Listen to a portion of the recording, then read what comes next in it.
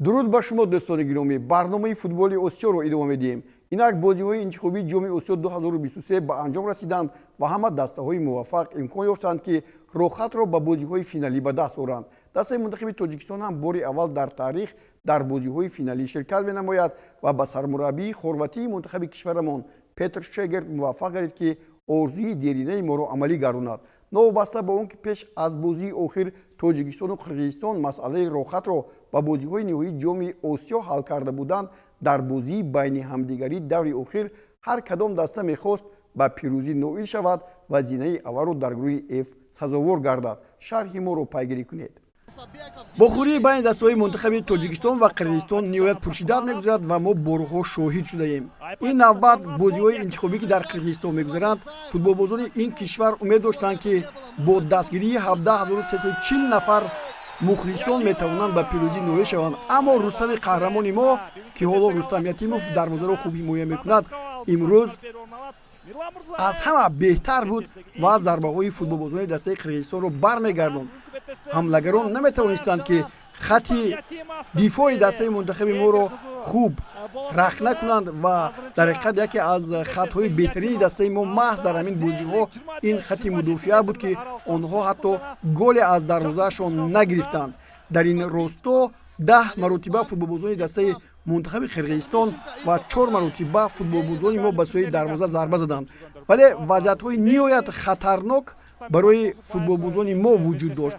ҳоло ин як гузариши дигаре ки футболбозони дастаи Қирғизистон ба пеш омаданд ва инҷо касе набуд ки дар мавриди охир тӯбро бо сараш ба сӯи дарвоза занад. ба ин нигоҳ накарда тавре гуфтам Зуҳир Ҷӯрабоев инҷо буд ки хуб кор кард ва дар ҳар маврид футболбозони мо омода буданд ки аз ҳимоя, яъне бубинед инҷо ҳам Рустам Ятимов чӣ гуна ором ва осуда ин зарбаро бармегардонад, гӯё ки ин зарбане ба ӯ партофт анҷом дода бошанд. хуб ба ин нигоҳ накарда 6 зарбаи футболбозони дастаи Қирғизистон мисли ҳамин ки мо дутоашро хеле хуб дидем ба сӯи дарвозаи дастаи мунтахаби Тоҷикистон зада шуд. аз зарбаҳои задаи мо ягон зарба ба тури дарвоза ё худ ба чаҳорчӯби дарвоза рост наомад. аммо ҳуҷуми мо хеле хуб буд. инҷо бубинед Манучер Ҷалилов мебарад, бояд зарба зад, аммо зарба намезанад ва ба канори чап меравад ва ин фурсати ниҳоят зебо дар бозии имрӯза ки метавонист бо гол анҷом ёбад барбод меравад. бори дигар боз як ҳуҷуми дигари футболбозони мо, боз як имконият барои Ваҳдат Ҳаннонов ва ҳамчунин инҷо бубинед Манучер Ҷалилов буд. инҷо ҳамчунин дар ин росто ҳуҷумгарони мо ҳам хеле зиёд ба пеш мерафтанд. баъдан ин бозӣ бо ҳамин ҳисоби 0-0 анҷом ёфт. инҷо ҳам бо як пой дароз карда Манучер метавонист ки ин тӯбро ворид тӯри дарвоза кунад, аммо сарашро ба пеш бурд ки ғайричашмдош буд ва Шегерт сармураббии нави дастаи мо тавонист дастаи мунтахаби Тоҷикистонро ба бозиҳои ниҳоӣ барад. ман ҳамаи футболбозони тоҷикро бо ин натиҷаи аълои рохати фантастикӣ ба бозиҳои ниҳоӣ муборакбод мегӯям. тими Қирғизистон ҳам мусобиқаро бо муваффақият анҷом дод ва онҳо ҳам ба ҷоми осиё мераванд. албатта аз зинаи дуввум ва Тоҷикистон аз ҷои якум. барои Федератсияи футболи Қирғизистон ташаккур мегӯям ки ин мусобиқаро дар сатҳи баланд раҳандозӣ кард ва мо камбудие надоштем.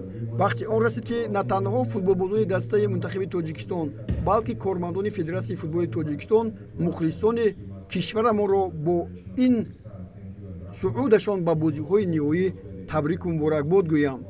ташаккур мегӯям ба ҳамаи онҳое ки бо ман буданд ва дар тими ман ҳама корҳои худро ба дараҷаи аъло иҷро карданд. мо аз ҷои аввал албатта дар ҷои аввали гурӯҳ будан ифтихор аст.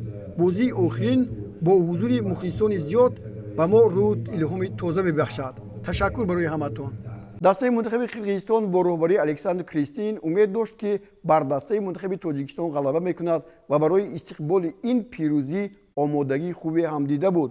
роҳбарони ҳукумати ин кишвар ҳам дар варзишгоҳ ҳузур доштанд ва хостанд голҳоро бо мушакпарониву оташпарониҳои идона, яъне салютҳо пешвоз гиранд. аммо футболбозони мо онҳоро дар тааҷҷуб гузоштанд ва бозӣ бе кушодани ҳисоб анҷом ёфту Тоҷикистон аз ҷои якум ва Қирғизистон аз зинаи дуввум ба бозиҳои ниҳоӣ мераванд. ин комёбии ду дастаи Осиёи марказиро дар Қирғизистон бо шаҳомоту шукӯҳ таҷлил карданд.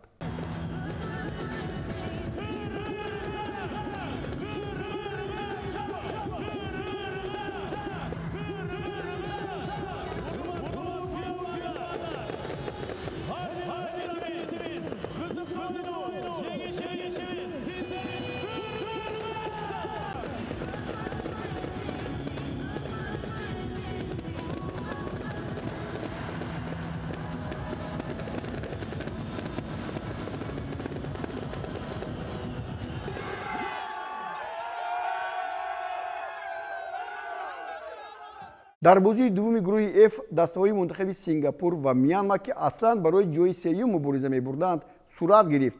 Футболбозони Сингапур ки умеди ба бозиҳои ниҳоӣ баромаданро доштанд, қаҳру ғазаби худро аз дастаи Мянмар гирифтанд ва натиҷаи аз ҳама бузурги гурӯҳи F-ро ба худ мансуб гардониданд. Чӣ тавр буд? Тамошо мекунед. албатта умед дар гурӯҳи F ба футболбозони Сингапур ҳам зиёд буд ки онҳо метавонанд ба бозиҳои ниҳоӣ рохат гиранд, аммо ин тавр нашуд ва Сингапур бе ягон имтиёз ба бозӣ бо Мянма омад ва ин ҷо аллакай футболбозони ин даста ҳама ҷаҳл, ҳама бозии зебо ва ҳама он чизе ки метавонистанд дар муқобили Мянма нишон доданд. дақиқаи нӯҳум аст ва фанди ҳисобро боз кард. 1-0 Сингапур ба сафи пеш баромад. инҷо футболбозони дастаи Сингапур бозии худро як ба маҷрои дурусте даромада буданд ва хеле хуб ҳам бозӣ мекарданд. ҳоло ба такрори ин ҳолат нигоҳ кунед. дар бозӣ бо дастаи мунтахаби Қирғизистон ва ҳамчунин дастаи мунтахаби Тоҷикистон ҳам онҳо бозии зебо нишон доданд, аммо бартарӣ бар ҷониби мо буду, мо бар онҳо ғалаба кардем. ҳоло ин голи дуюм аз ҷониби Йонг Сонг зада мешавад дақиқаи 16-ум. баъди 7 дақиқаи голи аввал сингапуриҳо ба задани голи дуввум ҳам имконият ёфтанд.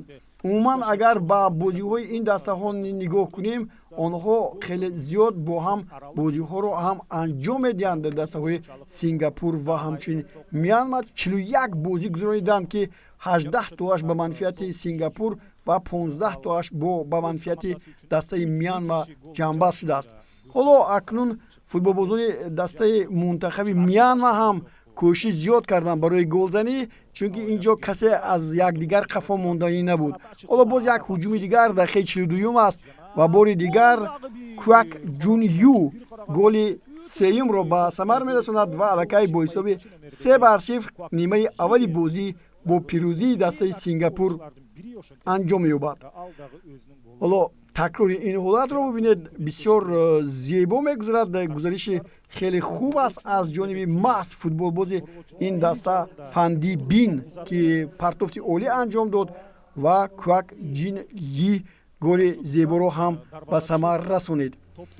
нимаи дуюм бо зарбаи хеле хуби футболбозони дастаи Мянма оғоз шуд. Бин Найн Тун, ҳоло шумо ин ҳолатро мебинед, дар як маврид хеле зебо бозӣ кард. аввал дарвозабон инҷо сани хуб бозӣ кард, вале дар мавриди дуюм натавонист ин тӯбро баргардонад ва ҳисоб тағйир ёфт.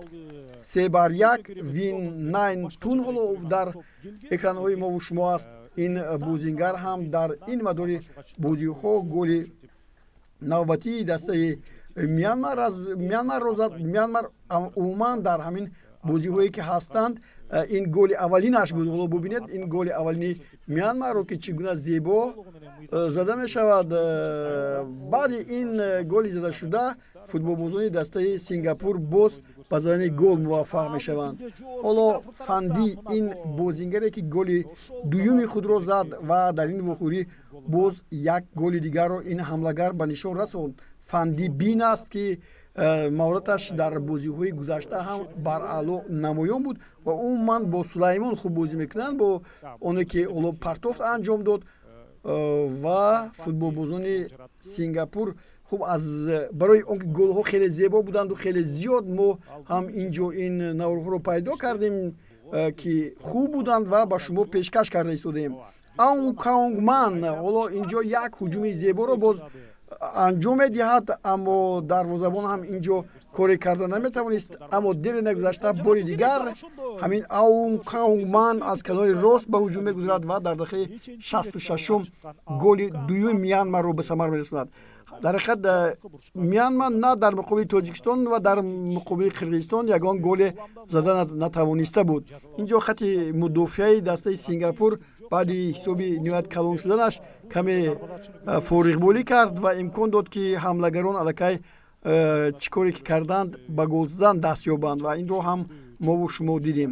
баъди 3 дақиқа футболбозони дастаи мунтахаби Сингапур ба ин голи дуввуми футболбозони Мянма боз ҷавоб гардониданд. чӣ тавр ҷавоб гардониданд? инҷо Фанди Бин голи سیومی خود را به نشان رساند. حالا ببینید یک به یک با دروازه‌بان است و پای در اینجا دروازه‌بان دسته منتخب میانمار خیلی از این ضربه خفا موند.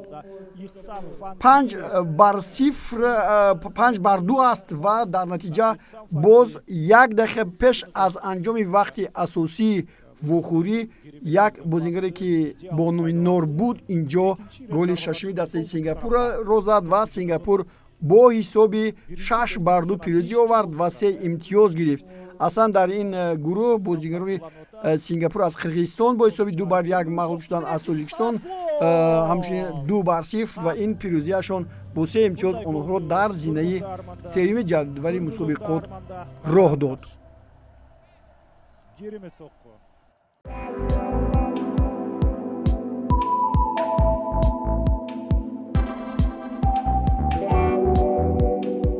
در گروه ای امکانی به بازی‌های نهایی روخت گرفتن را دسته منتخب کویت در بازی آخر از دست داد.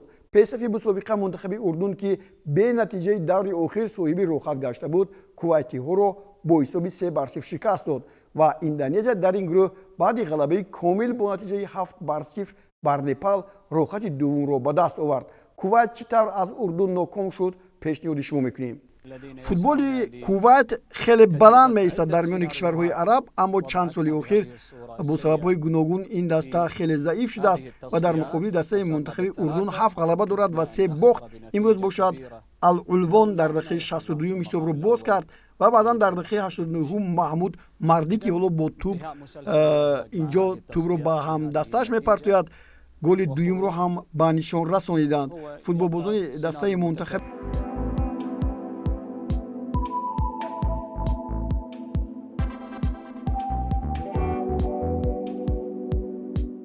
یگانه گروهی که یک دسته را به بازی‌های فینالی راهنمون ساخت این گروه ب می باشد. دسته منتخب فلسطین با فیلیپین و مغولستان و یمن امکان داد که در مقابلش بازی خوب نشان دهند و خالی را بویند. در بازی آخری و تقدیرساز دسته منتخب فلسطین فیلیپین را هم با نتیجه کلان 4-0 پس سر گذاشت. لحظه های این بازی را هم در دست داریم. دسته منتخب فیلیپین با 4 امتیاز با بازی با دسته منتخب فلسطین اومد و این دسته امکان داشت که اگر در صورت غلبه کردن به زینه دوم براید و با بازی‌های نهایی روخت گیرد، چون این بازی خیلی بروقت‌تر از بازی بین دسته‌های منتخب تاجیکستان و قرقیزستان برپا گردیده بود. فلسطین در دقیقه 31 حساب را کشاد و قیهانده حساب را باز کرد. بعداً در دقیقه 42 تامیر سعیم هم گل دوم را زد. فوتبالبازان دسته فلسطین با پورگی با برتری صحیح بودند و همیشه دسته منتخب فیلیپین را در حالت ناگوار میگذاشتند و ضربه هایشان هم نیوت عالی بود و در این روز دروازه‌بان دسته فلسطین حماده که حالا اینجا دیدیم یک حالت نیوت خطرناک رو برگردانید، خوب مهارت نشان داد.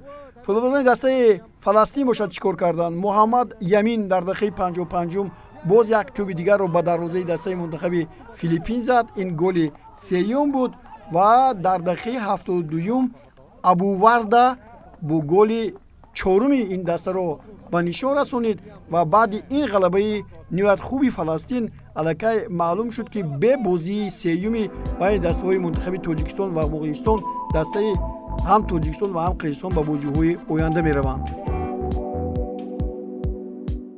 پیشرفان گروه اس دسته‌های منتخب ازبکستان و تایلند در بازی آخری گروهی با هم قواز بودند. کنفدراسیون فوتبال آسیا تا به آن درجه حساب‌های خود را درست به راه مانده بود که بهترین ها در همه گروه‌ها با هم در دور اخیر رقابت کردند. در حضور بیش از 21,000 تماشابین فوتبالبازان ازبک با نتیجه 2-0 تایلند را شکست دادند. هم تایلند و هم ازبکستان و بازی‌های نهایی می‌روند. البته دست کردن نوارهای بلند صفت از بازی‌های آسیایی خیلی دشواری دارد و از این نوارهایی که صفتشون پستر هستند ازشون معذرت می‌خواهیم. دقیقه 8 است وخوری بین دسته‌های منتخب ازبکستان و تایلند صدرنشین‌ها و جلال‌الدین مشرفوف حساب را باز می‌کند. در این ورزشگاه شماره از همه زیاد مخلصان امروز گرد آمده بودند، چون که پیشرفان با هم قوام آز بودند و فوتبالبازان دسته منتخب ازبکستان نشان دادند که اینجا آنها бартариашон хеле зиёд ҳам ҳаст ва дар ин бозӣ 21405 мухлис вориди майдон шуда буд.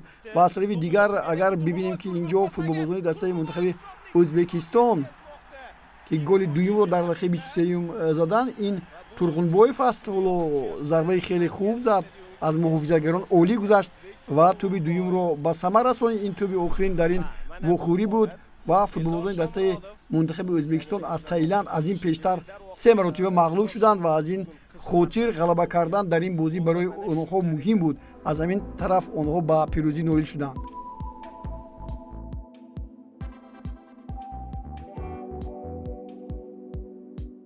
дар гурӯҳи д пешбинии мутахассисони футбол дуруст баромад ва дастаҳои мунтахаби Ҳиндустон ва Гонконг ҳаққи ширкатро ба бозиҳои ниҳоии чемпионати Осиё сазовор шуданд.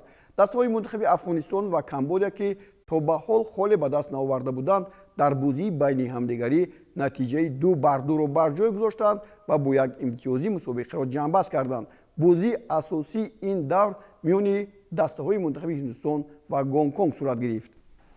дар ҳақиқат дастаи мунтахаби Ҳиндустон бозии зебо нишон медиҳад ва аҷаб нест ки дар бозиҳои финалии ҷоми Осиё ҳам барои баъзе аз дастаҳои пурқуввате ки аллакай дар бозиҳои ниҳоӣ ширкат менамоянд, як дастае шавад ки хатарнок ва ҳам ғайриинтизор.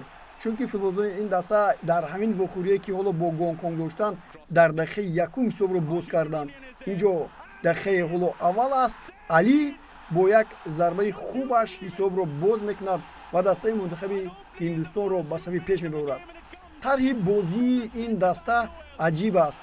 дар ин даста бозӣ кардани Сунил Четри, капитани даста, маъво медиҳад ба бозигарони дастаи Ҳиндустон ва маҳз дар дақиқаи 45 Сунил Четри ҳатто бубинед капитани ин даста ҳатто таҷдиди гол ҳам намекунад. мо инро борҳо гуфтаем, аз он хотир ки касбияташ ниҳоят баланд аст ва футболбозони дастаи Ҳиндустон бо ҳисоби 2-0 ба сафи пеш баромаданд ва Гонконгро дар ҳолати ногувор гузоштанд.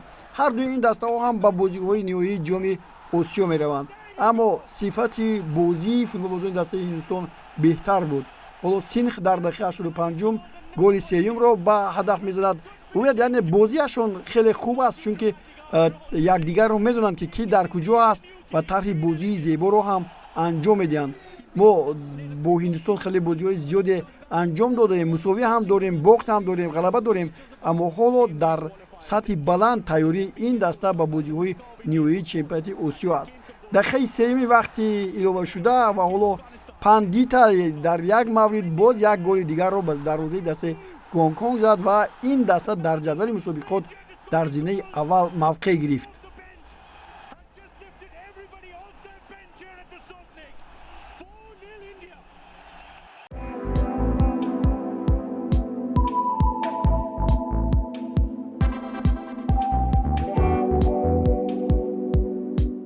агар дастаи мунтахаби Туркманистон дар гурӯҳи И ба бозиҳои интихобии ҷоми Осиё рохат мегирифт, аз Осиёи марказӣ ба ҷуз аз Афғонистон ҳама дастаҳо барои ҷом мубориза мебурданд, вале Туркманистон бо як ғалабаю 2 бохт зинаи сеюмро ишғол карду мизбони бозиҳо Малайзия ки қароргоҳи конфедератсияи футболи Осиё он ҷо ҷойгир аст, аз зинаи дуввум роҳи бозиҳои финалиро пеш гирифт. Малайзия дар бозии охир Бангладешро ки соли 2019 пеши роҳи дастаи мунтахаби Тоҷикистонро барои суъуд ба бозиҳои ниҳоии ҷоми Осиё гирифта буд, торумор кард.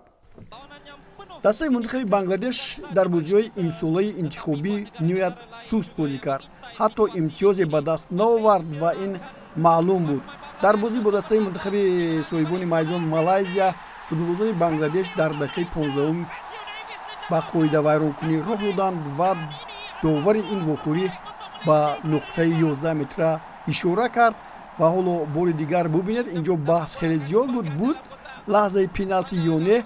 агар ҳамин тавр назар кунем шояд набуд, аммо довар нишон дод ва ин зарба зада шуд. Муҳаммад Сафавӣ дар назди тӯб аст ва бо як зарбаи сахти худ ҳисобро боз мекунад. дар ин баробар дар дақиқаи 31 Иброҳим аз дастаи Бангладеш ҳам як голро зад. ин гол дар бойгони мо набуд ки ба шумо нишон диҳем ва баъдан футболбозони дастаи Малайзия пайваста дар хати ҳуҷум буданд ки ҳоло шумо мебинед онҳо ба пуррагӣ ба бартарӣ соҳиб буданд ва малазагиҳо ҳам барои ба бозиҳои интихобӣ аз ин гурӯҳ баромадан бисёр ҳам кӯшиши ғайратӣ зиёд карданд. Дион Колс дақиқаи 38-ум ҳисоб 2-0 мешавад.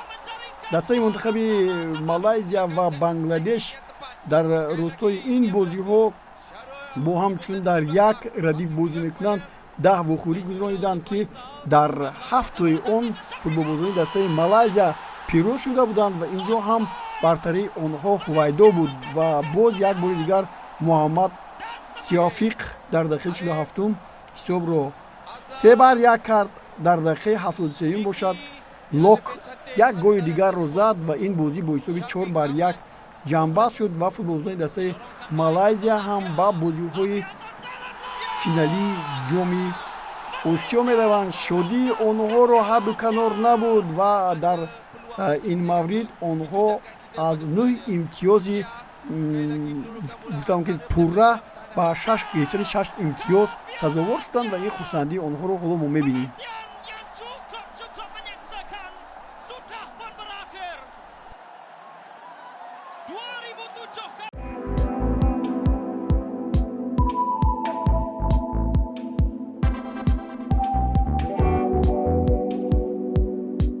ба ҳамин тартиб бозиҳои интихобии ҷоми Осиё ба анҷом расиданд ва акнун интизор мешавем ки Конфедератсияи футболи Осиё кадом давлатро барои баргузории бозиҳои финалӣ интихоб мекунад, зеро кишвари Чин як моҳ пештар аз гузарондани ин мусобиқа даст кашид. аз тарафи дигар футболбозони қаҳрамони Тоҷикистон ба Душанбе баргаштанд ва мо онҳоро истиқбол кардем.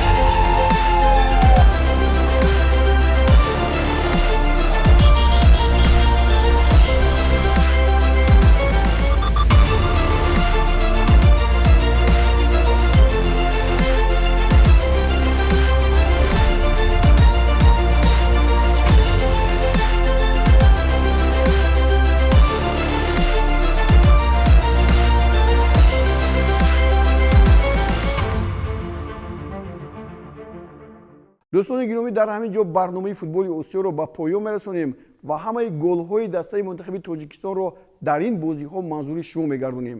3 тӯбро Шервонӣ Мамадшоев, 1 голиро Манучер Ҷалилов ва Эҳсони Панҷшанбе ба дарвозаи ҳарифон заданд. боқӣ сеҳатманду пирӯз бошед. хайр, то боздид. худро эҳтиёт кунед.